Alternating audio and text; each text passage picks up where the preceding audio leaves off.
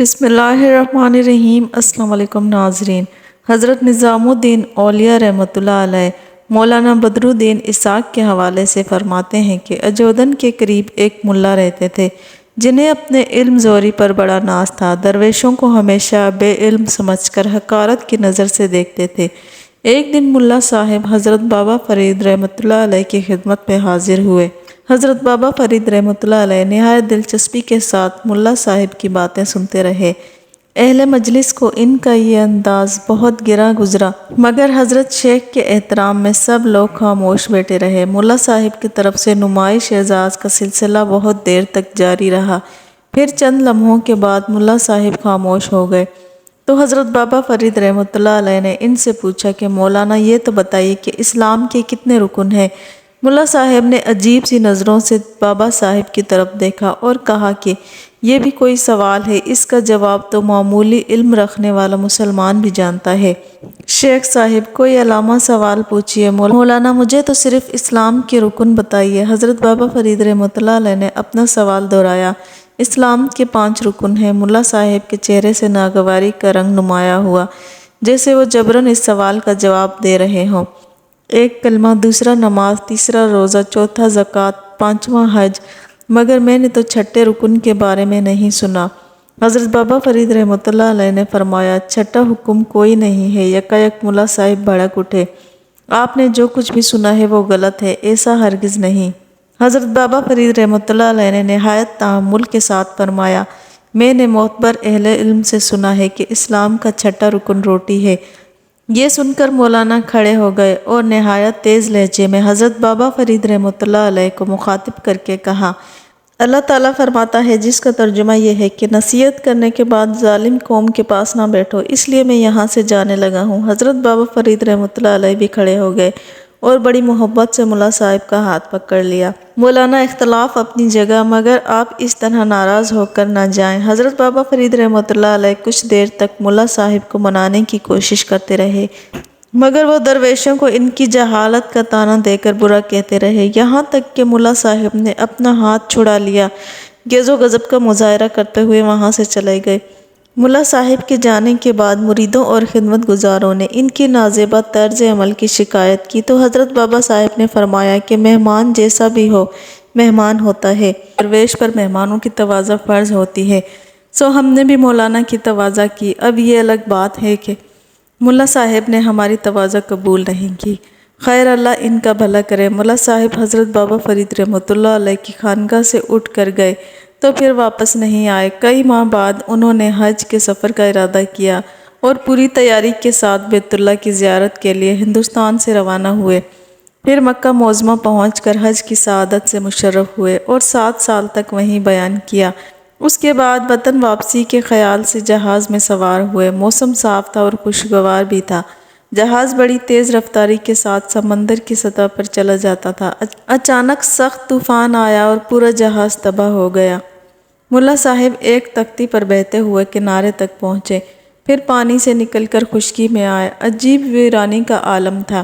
ملا صاحب جہاں اترے تھے وہاں خشک پہاڑوں کا ایک سلسلہ دور تک چلا جاتا تھا، نہ درخت نہ گھاس تھی اور نہ پانی کا کوئی چشمہ تھا۔ ملا صاحب 3 دن تک بھوک اور پیاس کی حالت میں پہاڑ کی غار میں بیٹھے رہے، اچھے دنوں کو یاد کرتے روتے رہے، پھر دعا کے لیے ہاتھ اٹھا دیے، میرے پالنے والے، میں کس عذاب میں پھنس گیا ہوں، مجھے اس آفت سے نجات دے۔ 3 دن بعد ایک شخص یکایک وہاں آیا جس کے سر پر ایک روٹی کی ٹوکری تھی۔ اس نے آواز لگائی، میں روٹی فروخت کرتا ہوں، یہاں کوئی ضرورت مند ہے؟ آدم ذات کی آواز سن کر ملا صاحب کی جان میں جان آئی۔ 3 دن کے فاقوں نے ملا صاحب کو بہت کمزور کر دیا تھا، پھر بھی انہوں نے اپنے جسم و جان کی تمام قوتیں سمیٹ کر اس اجنبی شخص کو پکارا، بھائی میری طرف آؤ، آج اس دنیا میں مجھ سے زیادہ ضرورت مند انسان کوئی دوسرا نہیں۔ روٹیاں فروخت کرنے والا غار میں داخل ہو گیا اور ملا صاحب سے مخاطب ہوا کہ آپ کو کتنی روٹیاں چاہیے؟ ملا صاحب نے بڑی حیران نظروں سے اس شخص کی طرف دیکھا، نہایت عاجزانہ لہجے میں کہنے لگا، بھائی میں ہندوستان کا بہت بڑا عالم ہوں، میں نے 7 حج کیے ہیں، مگر اچانک مجھ پر یہ مصیبت نازل ہو گئی ہے، میرا جہاز تباہ ہو گیا، میں 3 دن سے بھوکا اور پیاسا ہوں، میرے پاس روٹی اور پانی بھی نہیں ہے۔ اس شخص نے کہا، مگر میرے پاس ایک پیسہ بھی نہیں ہے۔ اور اپنی مجبوریوں کا احساس کر کے ملا کی آنکھوں میں آنسو آ گئے۔ آپ کی مجبوری یہ ہے کہ روٹی خریدنے کے لیے پیسے نہیں، اور میری مجبوری یہ ہے کہ میں ایک دکاندار ہوں، قرض کا کاروبار نہیں کرتا۔ اس شخص نے کسی رعایت کے بغیر صاف صاف ملا سے کہہ دیا، مگر ملا صاحب چند لمحوں تک کچھ سوچتے رہے، پھر اجنبی دکاندار سے بولے، کیا تم مسلمان ہو؟ الحمدللہ، دکاندار نے جواب دیا، میں مسلمان ہوں۔ ملا صاحب نے فوراً بھوکوں کو کھانا کھلانے کی فضیلت پر واز شروع کر دیا۔ دکاندار کچھ دیر تک ملا صاحب کی تقریر سنتا رہا، پھر بڑی صاف گوئی سے کہنے لگا، میں بھوکوں کو کھانا کھلانے کے ثواب سے واقف ہوں، مگر فی الحال آپ کو قیمت کے بغیر غذا اور پانی نہیں دے سکتا۔ یہ کہہ کر دکاندار جانے لگا۔ ملا صاحب نے چیخ کر کہا، تو بڑا بے رحم مسلمان ہے، ایک بے یارو مددگار انسان کی مجبوریوں کا مذاق اڑا رہا ہے۔ یہ سن کر دکاندار پلٹ آیا اور ملا صاحب کے طنز کا جواب دیتے ہوئے کہنے لگا، اگر میں اسی طرح ضرورت مند لوگوں پر رحم کھاؤں تو چند روز میں میرا کاروبار تو ختم ہو جائے گا، اور پھر میں خود لوگوں سے رحم کی بھیک مانگنے لگوں گا۔ ملا صاحب نئے انداز سے اس کو خوش آمدید کرنے لگے۔ آخر دکاندار نے کہا کہ چلیے، میں آپ پر رحم کھاتا ہوں، آپ مجھے اپنے ساتوں حج کا ثواب بخش دیں، میں اس کے بدلے میں آپ کو پانی اور روٹی دے دوں گا۔ اب ملا صاحب نے سوچا کہ زبانی طور پر کہہ دینے سے ثواب ختم نہیں ہوتا، میرے ساتوں حج برقرار رہیں گے اور مجھے بھوک اور پیاس سے بھی نجات مل جائے گی۔ یہ سوچ کر ملا صاحب نے دکاندار سے کہا کہ میں نے تجھے اپنے ساتوں حجوں کا ثواب دے دیا۔ یہ سن کر پانی پیا، اور پھر جب ہوش و حواس بحال ہوئے تو انہوں نے دکاندار سے پوچھا، تم کہاں رہتے ہو؟ کیا یہاں کوئی آبادی بھی ہے؟ میں صرف روٹی فروخت کرتا ہوں، اس سے زیادہ کچھ نہیں جانتا۔ یہ کہہ کر دکاندار نے خالی برتن اٹھائے اور غار سے نکل گیا۔ ملا صاحب اس کے تعاقب میں بھاگے تاکہ کسی آبادی تک پہنچ سکیں، مگر ان کی یہ کوشش بیکار گئی۔ دکاندار پہاڑوں کے بیچ کہیں غائب ہو گیا۔ ملا صاحب کچھ دیر تک اسے ڈھونڈتے رہے اور پھر اس خیال سے غار میں واپس آ گئے کہ کہیں راستہ نہ بھول جائیں اور اس اجنبی علاقے میں کوئی نئی آفت نہ نازل ہو جائے۔ ملا صاحب ایک امید سے اس اجنبی کا انتظار کرنے لگے، مگر 3 دن تک وہ نہیں آیا۔ بھوک اور پیاس کی شدت سے ایک بار پھر ملا صاحب کی حالت غیر ہو گئی۔ چوتھے روز وہی دکاندار سر پر وہی کھانے کا برتن رکھے نمودار ہوا۔ ملا صاحب کسی بھکاری کی مانند اس کے سامنے گڑ گڑانے لگے، آپ تو آج بھی خالی دست خالی دامن ہیں۔ دکاندار نے ملا صاحب سے کہا، اب آپ کے پاس فروخت کرنے کے لیے کیا باقی رہ گیا ہے؟ میرے روزے باقی ہیں۔ ملا صاحب نے رخت آمیز لہجے میں کہا۔ دکاندار نے انہیں کھانا کھلا دیا اور ملا صاحب کے تمام روزوں کا ثواب لے کر چلا گیا۔ 3 دن بعد جب ملا صاحب بھوک اور پیاس کی شدت سے چیخنے لگے تو وہ دکاندار سر پر کھانے کا برتن رکھے پھر غار میں داخل ہوا، ملا صاحب کی زکوٰۃ کا ثواب لے کر چلا گیا۔ ملا صاحب پھر بھوک اور پیاس کا شکار ہو گئے۔ چوتھے دن وہی شخص اس انداز سے آیا اور تمام عمر کے نمازوں کا ثواب لے کر اس کے بدلے میں روٹی اور پانی دے کر چلا گیا۔ 3 دن کے وقفے کے بعد 5ویں بار وہ شخص غار میں داخل ہوا تو ملا صاحب اسے دیکھتے ہی چیخ چیخ کر رونے لگے، میں اپنی نماز، روزہ، زکوٰۃ، حج تیرے ہاتھوں فروخت کر چکا ہوں، اب تجھے دینے کے لیے میرے پاس کچھ بھی نہیں ہے، اب تک آپ نے سارے وعدے زبانی کیے تھے۔ یہ کہہ کر اجنبی شخص نے کھانے کا برتن زمین پر رکھ دیا۔ میں کاغذ قلم دوات لے کر آیا ہوں، آپ نے جو کچھ بھی مجھے بیچا ہے اس کی تحریر سند مجھے دے دیجئے۔ ملا صاحب نے یہ عبارت کاغذ پر درج کر دی، میں نے ایک وقت کی روٹی اور پانی کے بدلے اس شخص کے ہاتھوں اپنے ساتوں حجوں کا ثواب فروخت کیا، پھر زندگی بھر کے روزوں کا ثواب فروخت کیا، پھر ساری عمر کی زکوٰۃ کا ثواب فروخت کیا اور آخر میں تمام نمازوں کا ثواب بھی فروخت کر دیا، اور آج میں ایک وقت کی روٹی اور پانی کے بدلے میں یہ تحریر لکھ کر دے رہا ہوں۔ آخر میں ملا صاحب نے اپنا نام اور مکمل پتہ بھی درج کر دیا۔ اجنبی شخص نے کھانے کا برتن ملا صاحب کے سامنے رکھ دیا۔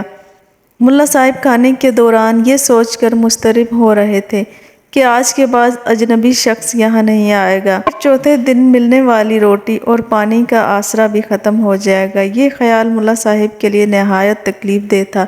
ان کے ذہن میں مختلف خیال ابھر رہے تھے، وہ اس عذاب سے نجات حاصل کرنے کے لیے کوئی تدبیر بھی سوچ رہے تھے۔ آخر کھانا ختم ہوا تو ملا صاحب نے ہاتھ جوڑ کر اس اجنبی شخص سے کہا، خدا کے واسطے مجھے یہ بتا دو کہ تم کون ہو اور کہاں پر رہتے ہو، تاکہ میں تمہارے ساتھ چلوں اور 2 وقت کی روٹی کے لیے محنت مزدوری کروں۔ اب میرے پاس فروخت کرنے کے لیے کچھ باقی نہیں بچا۔ دکاندار نے ملا صاحب کا تیری کردہ کاغذ جیب میں رکھا اور اپنے برتن اٹھا کر جانے لگا۔ ملا صاحب تازہ دم تھے، اس لیے انہوں نے سوچا کہ وہ بھاگ کر اجنبی کو پکڑ لیں گے۔ جب دکاندار برتن اٹھا کر بھاگنے لگا تو وہ ملا صاحب بھی ان کے پیچھے دوڑ پڑے۔ کچھ دور جا کر ایک جگہ اجنبی نے ٹھوکر کھائی اور زمین پر گر گیا۔ مولانا صاحب پیچھے تھے، انہوں نے اس مہلت کو غنیمت جانا اور زیادہ تیز دوڑنے کی کوشش کی، مگر اتفاق سے انہوں نے بھی ٹھوکر کھائی، وہ بھی گر پڑے۔ اجنبی شخص نے برتن سمیٹے اور اس سے پہلے کہ مولانا صاحب سنبھلنے کی کوشش کرتے وہ نظروں سے اوجھل ہو گیا۔ مولانا صاحب اپنی اس ناکامی پر افسوس کرنے لگے۔ پھر جب انہوں نے ادھر ادھر نظر دوڑائی تو سامنے سمندر تھا۔ مجبوراً کنارے پر بیٹھ کر کسی کشتی جہاز کا انتظار کرنے لگے۔ ابھی کچھ ہی دیر گزری تھی کہ ایک جہاز نظر آیا۔ مولانا صاحب نے اپنا عمامہ اتار کر دیوانہ وار ہوا میں لہرایا اور چیخ چیخ کر مدد کے لیے پکارنے لگے۔ اتفاق سے جہاز کے کسی مسافر کی نظر ملا صاحب پر پڑی اور پھر اس کے بعد کشتی کا رخ ساحل کی طرف موڑ دیا گیا۔ خوش قسمتی سے یہ جہاز ہندوستان کی طرف جا رہا تھا اور اس میں ہندوستانی حاجی سوار تھے۔ جہاز کے مسافروں نے ملا صاحب کی خوب خاطر مدارت کی، یہاں تک کہ ملا صاحب خیر و عافیت گھر پہنچ گئے۔ بیوی بچوں سے مل کر بہت خوش ہوئے۔ پھر ایک دن ملا صاحب اپنی ریاضت اور عبادت کا احوال سنانے کے لیے حضرت بابا فرید رحمۃ اللہ علیہ کی خدمت میں حاضر ہوئے۔ اس وقت حضرت شیخ رحمۃ اللہ علیہ کی خانگاہ میں بڑے بڑے علماء اور مشائخ بھی موجود تھے۔ ملا صاحب کو دیکھتے ہی حضرت بابا فرید رحمۃ اللہ علیہ ان کی تعظیم کے لیے اٹھ کھڑے ہوئے۔ مزاج پرسی کرتے ہوئے فرمایا، آئیے ملا صاحب، بہت دنوں بعد آپ تشریف لائے۔ ہم تو ہمیشہ آپ کو یاد کیا کرتے تھے، آخر کیا وجہ تھی کہ اتنے عرصے تک آپ کا دیدار نہیں ہو سکا؟ ملا صاحب نے بابا فرید رحمۃ اللہ علیہ کی بات کا کوئی جواب نہیں دیا، بڑی بے دلی اور ناگواری کے ساتھ مصافحہ کیا اور حضرت بابا فرید رحمۃ اللہ علیہ کے قریب ہی بیٹھ گئے۔ ان کے بیٹھنے کا انداز بڑا متکبرانہ تھا۔ حاضرین مجلس کو ملا صاحب کی یہ ادا سخت ناگوار گزری۔ دیکھنے والوں کو محسوس ہوا کہ جیسے ملا صاحب حضرت بابا فرید رحمۃ اللہ علیہ کے ہمسر ہیں یا ان سے بھی زیادہ مرتبہ رکھتے ہیں۔ کئی علماء اور مشائخ نے چاہا کہ وہ ملا صاحب کو ٹوکیں اور ان سے کہیں کہ یہ مسند سے اٹھ کر حضرت شیخ رحمۃ اللہ علیہ کے سامنے دست بستہ بیٹھیں، مگر حضرت بابا صاحب کے رعب و جلال کے باعث کسی کو اظہار کی جرأت نہ ہو سکی۔ ملا صاحب، آپ نے بتایا نہیں کہ اتنے دنوں تک کہاں رہے؟ ہم تو آپ کے دیدار کو ترس گئے تھے۔ حضرت بابا فرید رحمۃ اللہ علیہ نے نہایت مشفقانہ لہجے میں کہا، میں یہاں ہوتا تو آتا۔ ملا صاحب نے انتہائی سخت لہجے میں جواب دیا، آخر پتہ تو چلے آپ کہاں تشریف لے گئے تھے۔ حضرت بابا فرید رحمۃ اللہ علیہ کے ہونٹوں پر وہی فضا تبسم نمایاں تھی۔ 7 سال تک مکہ معظمہ میں مقیم رہا، 7 بار مدینہ منورہ کی زیارت کی اور 7 حج ادا کیے ہیں۔ حرمین شریف میں نمازوں اور روزوں کا جو زیادہ ثواب ملتا ہے وہ سب میں نے حاصل کیا۔ 7 سال بعد وطن واپس لوٹا ہوں۔ واپسی میں جہاز کی تباہی کا صدمہ بھی اٹھایا، مگر حق و تعالیٰ کے کرم سے راستے کی مصیبتیں ختم ہوئیں اور میں خیر و عافیت گھر پہنچ گیا۔ یوں اہل عیال کو خوش و خرم سلامت پا کر اللہ کا شکر ادا کیا۔ ملا صاحب کی رودات سن کر حضرت بابا فرید رحمۃ اللہ علیہ نے فرمایا کہ ملا صاحب، واقعی آپ بہت خوش نصیب ہیں۔ 7 حج کیے، 7 بار مدینہ منورہ کی زیارت کی، 7 سال تک حرمین شریف میں نمازیں پڑھیں، 7 رمضانوں کے روزے رکھے۔ سبحان اللہ، آپ نے بڑی سعادتیں حاصل کی، اب تو آپ ہم سے ناراض نہیں ہیں۔ میں آپ سے خفا ہی کب تھا؟ ملا صاحب نے اسی بے رخی کا مظاہرہ کیا۔ 7 سال پہلے آپ یہاں سے ناراض ہو کر گئے تھے۔ حضرت بابا فرید رحمۃ اللہ علیہ نے فرمایا۔ ملا صاحب نے حضرت بابا فرید رحمۃ اللہ علیہ کا عاجزانہ طرز عمل دیکھا تو کچھ اور ہی مغرور ہو گئے، بڑی بے نیازی کے ساتھ کہنے لگے، مجھے تو کچھ یاد نہیں، آپ یاد دلا دیں تو شاید یاد آ جائے گا۔ حضرت بابا فرید رحمۃ اللہ علیہ نے فرمایا، میں نے آپ سے سوال کیا تھا اسلام کے کتنے رکن ہوتے ہیں؟ جواب میں آپ نے صرف 5 معروف رکن بتائے تھے، مگر میرا کہنا تھا کہ 6واں رکن روٹی ہے۔ آپ اس بات پر خفا ہو کر چلے گئے تھے اور جاتے وقت آپ نے قرآن کریم کی یہ آیت مقدسہ پڑھ کر بھی سنائی تھی، جس کا ترجمہ ہے کہ نصیحت کرنے کے بعد ظالموں کے پاس نہ بیٹھو۔ تو گویا آپ نے تو ہمیں ظالم قرار دے دیا تھا۔ اس بات کا ہمیں بڑا صدمہ تھا پھر بھی ہم آپ کو روزانہ یاد کرتے تھے۔ یہ سن کر ملا صاحب زور سے ہنسے۔ ہاں مجھے یاد آیا، اب میں یہی کہتا ہوں کہ درویش لوگ اپنی کم علمی کے سبب ایسی باتیں کہہ جاتے ہیں جو شریعت کے خلاف ہوتی ہیں۔ اسلام میں کوئی چھٹا رکن نہیں ہے مولانا، مگر میں نے یہ بات کسی کتاب میں لکھی ہوئی دیکھی ہے۔ حضرت بابا فرید رحمۃ اللہ علیہ نے حاضرین مجلس سے کہا کہ میں کچھ دیر کے لیے تنہائی چاہتا ہوں۔ خلوت ہوتے ہی حضرت بابا فرید رحمۃ اللہ علیہ نے ایک کتاب ملا صاحب کے حوالے کر دی اور کہا کہ اسے ملاحظہ فرمائیے۔ ملا صاحب کی پیشانی پر بل نمایاں تھے۔ انہوں نے حضرت بابا فرید رحمۃ اللہ علیہ کے ہاتھ سے کتاب لے کر دیکھنا شروع کر دی، پھر انتہائی ناگوار لہجے میں بولے، یہ کیا مذاق ہے؟ آپ نے مجھے کتاب دی ہے، یہ سادہ اوراق ہے، اس میں کوئی تحریر تو کیا کسی حرف کا بھی کوئی نشان نہیں ہے۔ مولانا آگے دیکھیے۔ حضرت بابا فرید رحمۃ اللہ علیہ نے فرمایا، ملا صاحب کتاب کی ورق گردانی کرتے رہے اور ورق سادہ تھے۔ اس سے پہلے کہ ملا صاحب پھر کسی مذاق کا ذکر کرتے، یکایک ان کی نظر ایک عبارت پر پڑی۔ یہ وہی تحریر تھی جس میں ملا صاحب نے اپنی زندگی بھر کی عبادتوں کا ثواب ایک نان فروش کے ہاتھوں میں فروخت کر ڈالا تھا۔ ملا صاحب چند لمحوں تک حیرت و سکوت کے عالم میں بیٹھے رہے، پھر ایک زوردار چیخ ماری اور حضرت بابا فرید رحمۃ اللہ علیہ کے قدموں میں گر پڑے۔ شیخ صاحب، میں نے آپ پر بڑا ظلم کیا ہے۔ ملا صاحب رو رو کر اپنی زیادتیوں کا اعتراف کرتے رہے۔ ملا صاحب، مجھے آپ سے کوئی شکایت نہیں ہے۔ حضرت بابا فرید رحمۃ اللہ علیہ نے محبت بھری لہجے میں فرمایا، ایک معمولی سا اختلاف تھا، سو وہ بھی ختم ہو گیا۔ ملا صاحب نے اپنے غرور و تکبر، جھوٹی شان اور جارحانہ روش سے توبہ کی اور حضرت بابا فرید رحمۃ اللہ علیہ کے مرید ہونے کے بعد کسی نے انہیں بولتے نہیں دیکھا۔ جب تک زندہ رہے ہر وقت روتے رہتے تھے۔ تو محترم ناظرین، حضرت بابا فرید رحمۃ اللہ علیہ کا سمجھانے کا یہ ایک بڑا خوبصورت انداز تھا اور آپ کی یہ ایک شاندار کرامت تھی۔ اللہ سے دعا ہے کہ میرا یہ بیان کرنا اور آپ لوگوں کو سننا اپنی بارگاہ اقدس میں قبول فرمائے۔ ناظرین، ویڈیو کو لائک کریں۔ اسی طرح کی اسلامک ویڈیو دیکھنے کے لیے ہمارے چینل اسلام جنت ہے کو سبسکرائب کریں۔